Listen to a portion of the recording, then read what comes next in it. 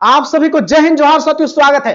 JTET CDP बाल विकास का बहुत महत्वपूर्ण क्लास है। यदि आप बाल विकास में चाहते हैं कि घर बैठे 30 में 30 ले आना चाहते हैं तो प्यारे साथियों हॉट ट्रिक मेथड से क्लास में सभी आप करा देंगे। बाल विकास से डर ही खत्म नहीं होगा। आपको जेटेट परीक्षा में आप 120 प्लस लाने वाले हैं, 150 में आपका 120 प्लस लाने वाला है। तो आप चाहते हैं कि मेरा वीडियो आपको पहले पहुंचे, चैनल को लाइक और सब्सक्राइब कर लीजिएगा। अब विरासत से तय नहीं होंगे सियासत के फैसले, अब उड़ान तय करें कि आसमान किसका होगा, आपका होगा, क्योंकि जो चीज चाह रहे हैं उस पर वक्त दे रहे हैं, समय दे रहे हैं, वक्त वो चिल्ला कर जो चाहते हैं। आग लगा दो पानी में, जवानी उसे कहते हैं, और छिल्लर सिलेक्शन कहानी उसे कहते हैं। जेटेट पास कराने का मेरा लक्ष्य नहीं है।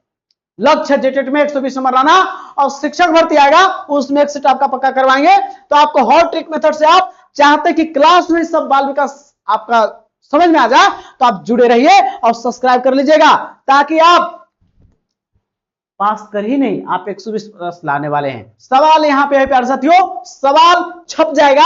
आईसीटी का सवाल है जो पहली बार टॉपिक को शामिल किया गया है। आईसीटी क्या नाम है? आईसीटी, ध्यान से देखिएगा।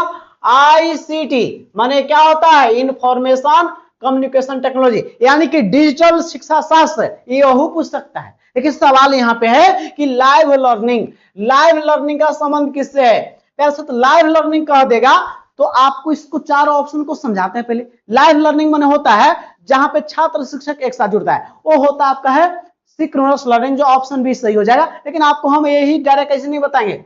अब समझिए कि सिंक्रोनस लर्निंग होता क्या है। सिंक्रोनस लर्निंग को हम लोग इंग्लिश में बोलते हैं, इसको बोलते हैं, हिंदी में बोलते हैं समकालिक।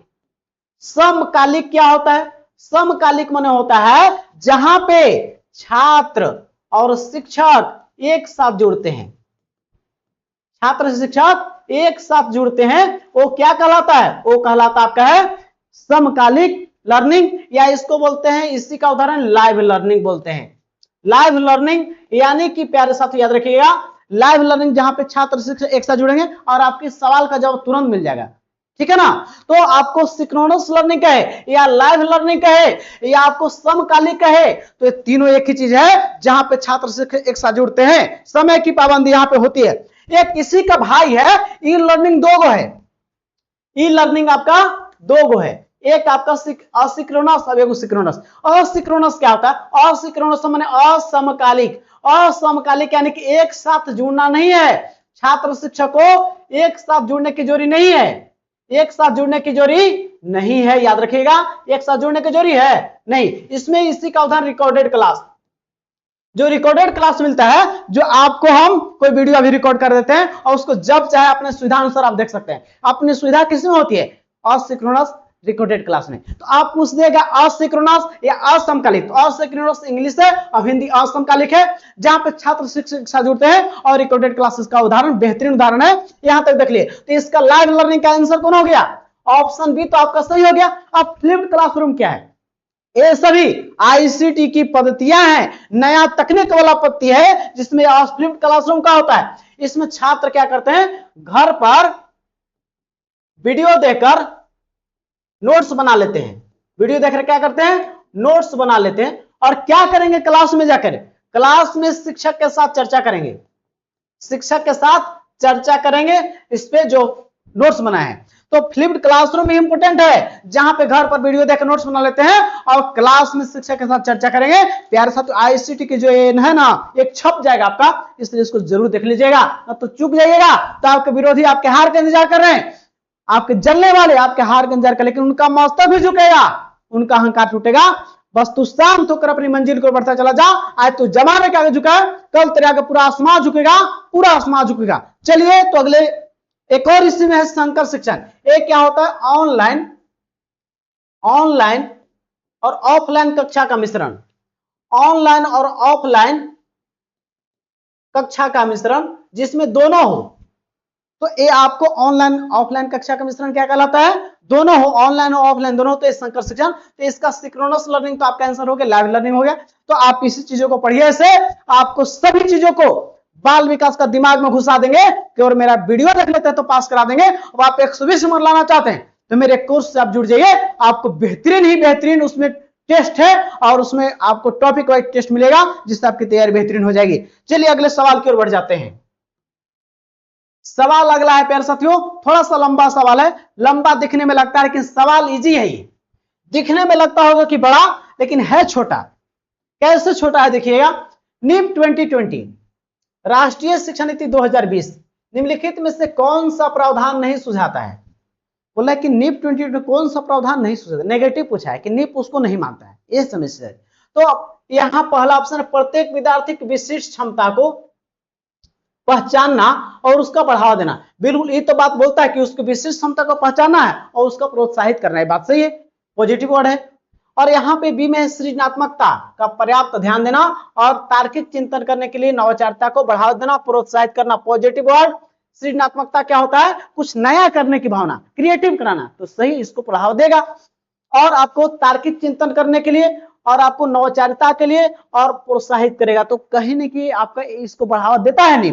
अब अगला है यहाँ पे, बच्चों में अनुपालन का बढ़ावा देने के लिए अध्यापक को इनाम और दंड का प्रयोग करना चाहिए। ये तो आपको गलत, यही नहीं बोलता है। जहां पे दंड बोल दे, जहां पे दंड बोल दे, पुरस्कार बोल दे या रटवाने की बात कर दे, पाठचर्या केंद्रित कह दे, ये सवाल गलती हो जाता है। तो ई नीप इसको नहीं कहता है। दंड देने की, इनाम देने की, पुरस्कार देने की बात नहीं करता। तो यही तो नेगेटिव पूछा था, नेगेटिव आंसर हो गया सी। अब चौथा बोला कि रट्टा मारने के बाद, रट्टा मारकर सीखने और परीक्षाओं के लिए सीखने के अतिरिक्त, यानी रट्टा मारकर सीखने के बजाय आपको यहां पे रहता है तो कॉन्सेप्ट समझने पर बल दे रहा है, तो ऐसा ही है। सीखने के लिए अतिरिक्त रट्टा मारने से क्या बोल रहा है, कॉन्सेप्चुअल समझ, तो आपका तो सही है, रट्टा मारने नहीं देना है, समझ कॉन्सेप्चुअल डेवलप करना है, ये तो बात सही, तीनों बात सही है। लेकिन दंड और पुरस्कार की बात, बढ़ावा देने की बात नहीं करता है। लंबा सवाल था लेकिन ये दो ही वर्ड, दंड और ये आपका नेगेटिव टैग वर्ड से आप पॉजिटिव टैग और नेगेटिव वर्ड पढ़ा है, उसको नहीं देखे तो आप देख लीजिएगा प्लेलिस्ट में जाकर, वो आपको सवाल अकेले 20 को सवाल सोल्व करेगा, हेल्प करेगा सवाल सोल्व करने में आपको। तो यहां पे तो इसका दंड पुरस्कार से नहीं है, नेगेटिव है, निप सपोर्ट नहीं करता है, तो आपका फर्स्ट का सी हो गया। चलिए अगले सवाल की ओर बढ़ जाते हैं। बोला है यहां पे सवाल है, बोलता है साथियों कि शिक्षा अनुभव और अनुभव के पुनर्निर्माण की प्रक्रिया है। यह किसने कहा है, क्या बोला है, अपने अनुभव को पुनर्निर्माण दोबारा करना, वही है। कौन बोला है, तो प्यारे साथियों बात बोले हैं जॉन डीवी साहब। जॉन डीवी याद रखें, कौन बोले हैं, जॉन डीवी का एक कथन है, किनका, जॉन डीवी। और इन्होंने ये बाल केंद्रित शिक्षा के जनक हैं, बाल केंद्रित शिक्षा के जनक भी कौन है, यही है। और इन्होंने ही शिक्षा को त्रिध्रुवीय प्रणाली बताया। शिक्षा को क्या बताया है, त्रिध्रुवीय प्रणाली। शिक्षा को क्या बताया है, त्रिध्रुवीय प्रणाली, यानी कि ट्राइपोलर बताया। क्या क्या, जैसे इसमें छात्र शिक्षक, छात्र शिक्षक, और तीसरा में आपका पाठ्यचर्या। क्या है, पाठ्यचर्या। तो छात्र माने क्या, छात्र यहाँ पे क्या है, आश्रित चर है। छात्र क्या है, आश्रित चर है। और आपका शिक्षक क्या है, ये आपका स्वतंत्र चर है। और आपका पाठ्यचर्या मध्यस्थ है। तो आपको तो बता दिए कि शिक्षा अनुभवों का पुनर्निर्माण की प्रक्रिया है। इस कथन किसका है, आपका जॉन डीवी, जो ऑप्शन सी टिक कर देंगे। बाकी उन क्या क्या के जनक है, तो बाल केंद्रित शिक्षा, father of child centre education. और शिक्षा को ट्राइपोलर बताया है, जिसमें 3 छात्र शिक्षक और पाठ्यचर्या होता है। ये सवाल कोई ना कोई तो छप ही जाएगा, बिल्कुल छप जाएगा। और ऐसे ही पूरा हम सवाल को डिस्कशन कराते हैं और आपको क्लास में रिवीजन करना चाहते हैं, तो पूरे झारखंड में आप प्यारे साथियों सीडीपी हम आपको भलूदा बना देंगे और आपको पास कराने तक क्लास अभी तो मिल रहा है, मैराथन क्लास भी लाएंगे, जहां पे जो सवाल पढ़ाएंगे वही एग्जाम में डायरेक्ट नहीं लड़ा देंगे, तो देखिएगा। और जो 120 मरवाना चाहते हैं, जो हम टेस्ट मरवाते हैं डेली, क्योंकि आप कितना हो पढ़ लीजिए लेकिन टेस्ट नहीं लगाइएगा तो आपकी तैयारी बेहतरीन नहीं होगा। क्योंकि हम यहाँ क्वेश्चन है सोल्व कर तो आसान रहेगा, लेकिन आप खुद से सवाल को सोल्व करेंगे ना, तो आपको सवाल पकड़ने का क्षमता पता चलेगी, कौन कौन कैसी चीजों को पकड़ना है। तो प्यारे साथियों क्वेश्चन को बार बार सोल्व कीजिए और रिवीजन करना होगा। और उसके लिए मेरे बैच से जुड़ सकते हैं, जहां पे बैच में आपको नोट्स मिल जाएगा, पीवाईक्यू मिल जाएगा और टेस्ट भी डेली लेते हैं पेड ग्रुप में, जहां पे आपको बेहतरीन तैयारी हो जाएगा। जुड़ सकते हैं, नंबर नीचे दिया हुआ है, हम बता देंगे आपको। तो इसका तो हो गया आपका जॉन डीवी। थॉमसन तो आपका प्रतिदर्श, ये आपका सिद्धांत दिया है, प्रतिदर्श बुद्धि का सिद्धांत। सैंपलिंग थ्योरी कौन दिए हैं, सैंपलिंग थ्योरी दिया है थॉमसन। नॉम चॉम्स्की ये बोले कि भाषा सीखने की जन्मजात क्षमता बच्चों में होती है, बच्चों में जन्मजात क्षमता होती है। कौन बोले हैं? एलएडी के बारे में बोले हैं कि ये बच्चों में एक होता है language acquisition device. Full form पूछ सकता है। एलएडी कौन दिए? नॉम चॉम्स्की, भाषा के वैज्ञानिक हैं। लैंग्वेज एक्विजिशन डिवाइस यानी कि भाषा अधिग्रहण यंत्र होता है जो कि कोई भी भाषा को सीख जाता है, वो एक यूनिवर्सल ग्रामर की संज्ञा दिए हैं, इनसे ही है। और बाकी अल्फ्रेड बिने, ये आपको बुद्धि का एक कारक सिद्धांत, बुद्धि का एक कारक सिद्धांत कौन दिए हैं? तो बुद्धि का एक कारक सिद्धांत दिए हैं बिने साहब, इसको याद रखना है। तो इसका आंसर कौन हो जाएगा? John dB. आपका पता है कि शिक्षा का अनुभव निर्माण के बारे में बोले हैं, और बाकी चीजों को आप देख लिए अपने से, रिवीजन हो जाएगा और छप जाएगा एग्जाम में। चलिए अगले सवाल की ओर। सवाल यहाँ पे है, तीसरा सवाल यहाँ पे है, लेकिन निम्न में से कौन आईसीटी का लाभ नहीं है? आईसीटी तो फुल फॉर्म में जानिए, आई से इंफॉर्मेशन, सी से कम्युनिकेशन, टी से टेक्नोलॉजी, यानी कि डिजिटल शिक्षा शास्त्र। सक्रिय अधिगम बनाना यानी बच्चे को सक्रिय बनाना, एक्टिव, ये आपको पॉजिटिव वर्ड है, तो ये बात सही है। आईसीटी का एक काम है एक्टिव रखना बच्चे को। सीखने को सीमित करना, जहां पे सीमित लगाएगा ना, अब इंग्लिश का जब पेडागोगी सोल्व कीजिएगा वहां लिमिट मिल जाएगा, वो नेगेटिव वर्ड है, वो जहर वर्ड है, याद रखिएगा। नेगेटिव वर्ड है, वो जहर वर्ड है, तुरंत उड़ा दीजिएगा। सीमित करना नहीं है, बच्चे को सीमित नहीं करना है, इसलिए नेगेटिव वर्ड है। ये आपका आईसीटी इसको बढ़ावा नहीं देता है, इसलिए ये नेगेटिव है, ये नहीं होगा। आपसे नेगेटिव पूछा था तो नेगेटिव आपका ये है, तो नेगेटिव आंसर हो गया। जीवन की कौशल को विकसित करना है, तो है आत्मनिर्भर बनना है, बिल्कुल बनना है। तो ऑप्शन आपका कौन हो जाएगा? बी टिक कर देंगे, तीसरा का भी, जो आपके एग्जाम में छपेंगे और आपको मदद करेंगे सवाल सोल्व करने में। हो गया। आप अगला सवाल की ओर जाते हैं। 4 नंबर सवाल बोला यहां पे है कि ब्लूम्स टैक्सोनॉमी में संशोधन कब हुआ है? जो ब्लूम्स टैक्सोनॉमी आपका है उसमें संशोधन कब हुआ है? तो ब्लूम्स टैक्सोनॉमी में संशोधन जो हुआ है आप याद रखेंगे 2001 में हुआ है, इसको याद रखना है। 2001 में कौन किए हैं? तो समझिएगा, आपका बेंजामिन जो ब्लूम है, वो जो सिद्धांत दिए, इनकरे दुगो चेला था, क्रथवेल और एंडरसन। क्रथवेल और एंडरसन द्वारा संशोधन किया गया है, किसमें? आपका ब्लूम्स टैक्सोनॉमी में। किया हुआ 2 चीज किए हैं। देखिए यहां पे क्या किए हैं लोग, ध्यान दीजिएगा। जो नीचे आपको ज्ञान, सबसे नीचे जो ज्ञान हुआ करता था, ज्ञान को बदल दिया है किसमें? याद रखिएगा, याद करना, यानी कि नॉलेज को बदल दिए रिमेम्बरिंग में। एक और चीज क्या किए हैं? संश्लेषण शब्द को, संश्लेषण को किस में चेंज किया गया है? तो संश्लेषण को चेंज किया गया सृजन में। 2 चीज 2001 में चेंज किए थे, ये आपको ओल्ड वाला है, तो इसी को 2 को 2001 में चेंज हुआ है। 2 चीज, संश्लेषण याद रखिएगा, सिंथेसिस, और आपको सृजन में होता है क्रिएटिव, याद रखना। यह 2 चीज चेंज हुआ है, ज्ञान को याद करना और संश्लेषण को सृजन। ये नाउन है, ये वर्ब में चेंज, ये भी नाउन, ये वर्ब में चेंज कर दिया गया है।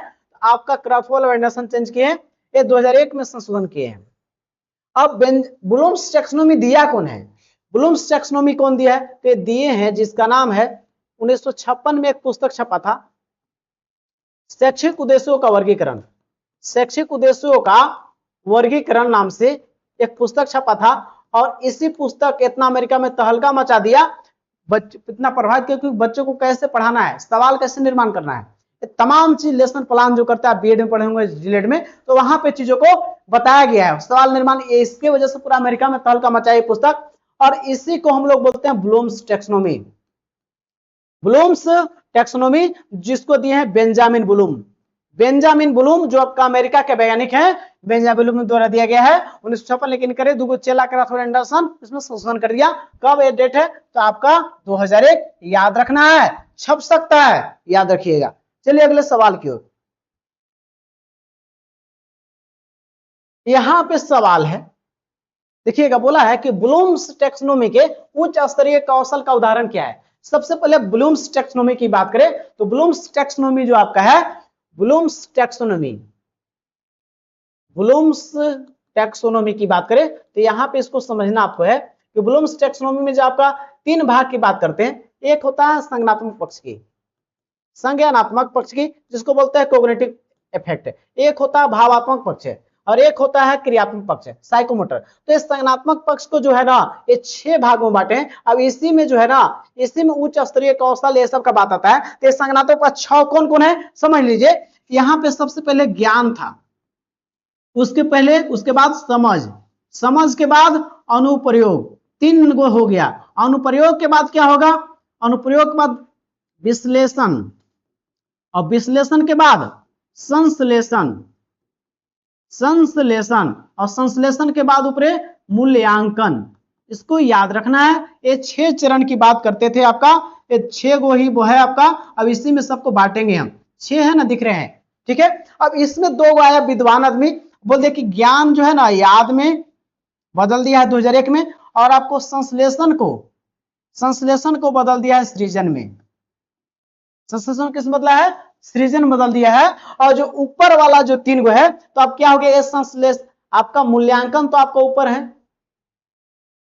मूल्यांकन तो नहीं चेंज हुआ है तो मूल्यांकन हो गया। फिर आपका हो गया विश्लेषण, चेंज हो गया, विश्लेषण को चेंज कर दिया गया है। कलर चेंज कर देते हैं, किसको चेंज किया गया है, विश्लेषण को चेंज कर दिया गया है, और ज्ञान को याद में। बाकी चीजें जस के तस है, बाकी चीजों को हम ऐसे ही लिख देते हैं, यहां पे ध्यान दीजिएगा। समझ तो है ही, और आपका अनुप्रयोग भी है, अनुप्रयोग, और आपका इसको चेंज किया गया है, सॉरी चेंज किसको किया गया है, चेंज किया गया आपको संश्लेषण को। संश्लेषण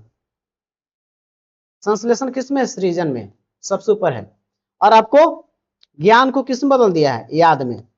तो अब इसी में पूछा है कि उच्च स्तरीय कौन है, जो ऊपर का जो 3 गो रहता है इसमें से एगो छूट रहा है, जो विश्लेषण है ना वो विश्लेषण को नहीं तोड़ा गया है।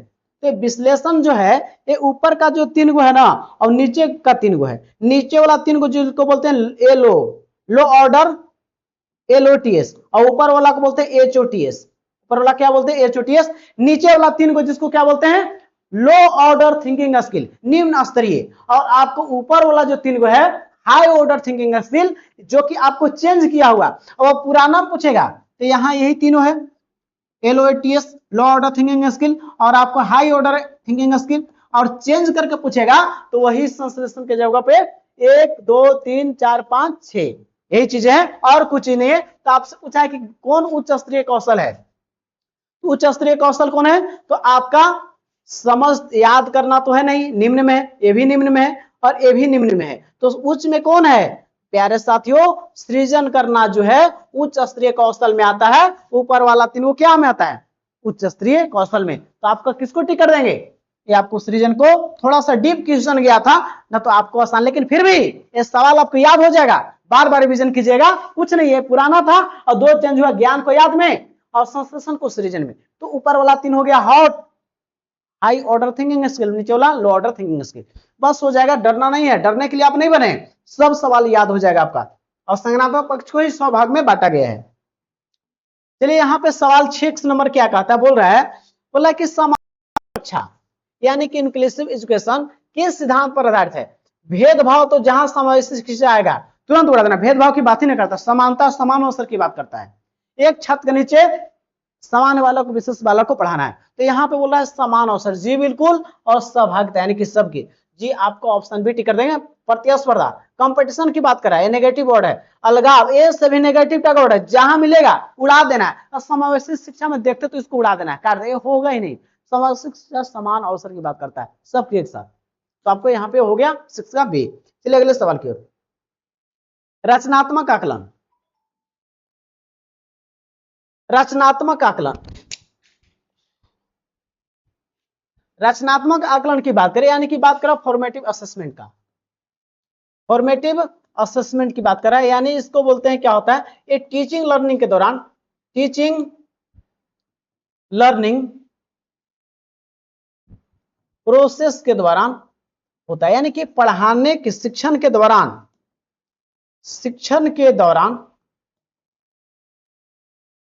आकलन किया जाता है। जैसे कि पढ़ाते पढ़ाते बच्चे का जांच कर लेते हैं कि बच्चे के अंदर कोई नॉलेज में गैप तो नहीं रह गया। ये बच्चे के समय रहते क्या होता है, समय रहते सुधार कर लिया जाता है उसके किसमें, लर्निंग गैप में। लर्निंग गैप क्या होता है? उसके शिक्षण में जो सीखने में कोई कमियां अगर रह गई है तो समय रहते आपको फॉर्मेट या सिस्टम में होता है, ये लगातार सालों भर चलता है, लगातार चलता है। यानी कि आपको दिया है कि टीचिंग लर्निंग प्रोसेस, यानी शिक्षण के दौरान लगातार इसको असेस किया जाता है, वही होता है फॉर्मेटिव असेसमेंट। तो यहाँ पे ऑप्शन में दिया है शिक्षण के अधिगम के दौरान आकलन। जी बिल्कुल, आपको ऑप्शन ए ही आपका शिक्षण अधिगम के दौरान आकलन, ऑप्शन ए ही सही हो जाएगा। अंत बोले तो अंत ए नहीं, ए होता है योगात्मक। योगात्मक होता है जो साल के अंत में, सप्ताह के अंत में योगात्मक आपका जो है ए आपको जो है आपका हो जाएगा शिक्षण अधिगम के दौरान, ऑप्शन ए ही करेक्ट हो जाएगा, बाकी ये सभी नहीं होगा, ठीक है ना। चलिए यहां पे 6 माह के बाद था, 6 माह के अंत में होता सी ऑप्शन, ठीक है ना। तो आपको हो गया 6 का ए हो गया आंसर, ठीक है ना। चलिए अगले सवाल की ओर। 8 नंबर सवाल क्या कहता है? आंतरिक निम्न में से कौन आंतरिक अभिप्रेरणा का उदाहरण है? आंतरिक यानी खुद से उसके अंदर मोटिवेशन आता है। खुद से क्या आता है? भूख लगता है, प्यास लगता है, ये सब खुद से इंटरनली होता है। और आपसे बोला है कि पुरस्कार, ये पुरस्कार कैसा है? बाह्य है, ये बाह्य है। कैसा है? बाह्य प्रेरणा है। पुरस्कार हो गया, प्रशंसा हो गया, ये तमाम चीज किससे होता है? दंड से बचने के लिए। ये बाहरी है, मन से नहीं है, लेकिन दंड दे रहा, बाहरी डर है, बाहरी अभिप्रेरणा है। विषय में रुचि कारण, जी बिल्कुल, इसका तो खुद का रुचि है, खुद से है, खुद से जो है उसको बोलते हैं आंतरिक अभिप्रेरणा, ये आपका सही है। प्रशंसा, ये सभी क्या है? बाहरी अभिप्रेरणा है। प्रशंसा हो जाए, दंड हो जाए, पुरस्कार हो जाए, ये सभी बाहरी में होता है। तो इंटरनली जो खुद से रुचि से पढ़ रहा है तो आंतरिक अभिप्रेरणा है। तो आपका 8 का सी हो जाएगा। अगले सवाल की ओर बढ़ते हैं। आपके लिए बहुत बेहतरीन सवाल है, आपके एग्जाम में छपने का प्रबल संभावना है। बोल रहा है कि नीप 2020 यानी कि नेशनल एजुकेशन पॉलिसी 20 यानी कि राष्ट्रीय शिक्षा नीति 2020 विशेष जोर किस पर देता है? केवल रटने पर, जहां रटने की मिले और ये दो जहर वर्ड है तो होगा नहीं, केवल जहर वर्ड नेगेटिव टैग वर्ड होगा नहीं। समग्र एवं विकास और अनुभवात्मक शिक्षण, बिल्कुल बच्चे का समग्र विकास करना है और अनुभवात्मक एक्सपीरियंस बेस्ड अधिगम कराना है। तो ऑप्शन आपका सी टिक कर देंगे, ये दोनों जहर वर्ड की वजह से ही बाहर हो गया। चलिए अगले सवाल की ओर बढ़ जाते हैं। तो सवाल इतना ही था। आप चाहते हैं कि आप मेरे बैच से जुड़ना, तो दिया हुआ नंबर पे आप जुड़ सकते हैं। और आप पास करना चाहते हैं तो मेरा वीडियो केवल देख लीजिए, आप पास कर जाइएगा। लेकिन आप चाहते हैं कि आप बेहतरीन नंबर से पास करना चाहते हैं, अच्छा नंबर से पास करना चाहते हैं, तो मेरा आप नोट्स ले लीजिए, जहां पे सीडीपी हो, ईवीएस हो, मैथ हो, एसएसटी वाले एसएसटी, और मैथ साइंस वालों को मैथ साइंस, और ये नोट्स मिल जाएगा। और पैड ग्रुप में स्पेशल आपको टेस्ट मिलेगा, टॉपिक वाइज और प्रैक्टिस सेट भी, और एक तैयारी की बेहतरीन होगा। क्लास में सब याद करा देंगे और रटने की बीमारी खत्म होगा। जय हिंद साथियों, मिलते हैं नेक्स्ट वीडियो में। अपना ख्याल रखें। आप जीतने के लिए बने हैं, अब विरासत से तय नहीं होंगे सियासत के मसले। अब उड़ान तय करें कि आसमान किसका होगा, आपका होगा। उनको जो चीज चाह रहे हैं उससे वक्त दीजिए, समय दीजिए, वक्त तो वसीला कर देखिए जो चीज चाहते हैं। जय हिंद साथियों, मिलते हैं नेक्स्ट वीडियो में। अपना ख्याल रखें, आप जीतने के लिए बने। और अच्छा लगा हो वीडियो तो लाइक और सब्सक्राइब भी कर लीजिएगा ताकि मेरा वीडियो पहले पहुंचे। जय हिंद साथियों।